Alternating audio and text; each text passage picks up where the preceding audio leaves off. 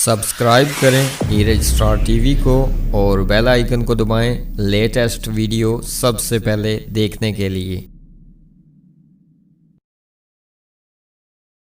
बिस्मिल्लाहिर्रहमानिर्रहीम। अस्सलाम वालेकुम दोस्तों मैं शकील अहमद और आप देख रहे हैं मेरा YouTube channel Neeraj star TV.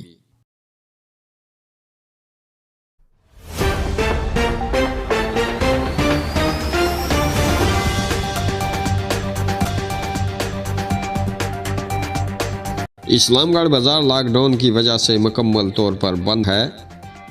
Covid virus की बढ़ते हुए केसेस के बायस इस्लामगढ़ मीरपुर आज़ाद कश्मीर में मुकम्मल लॉकडाउन का नफाज कर दिया गया है। शहर के तमाम कारोबारी मराकज़ बंद हैं। मीरपुर शहर में भी मुकम्मल लॉकडाउन। शहर के मुख्तलिफ रास्तों को रुकावटें लगाकर बंद कर दिया गया है।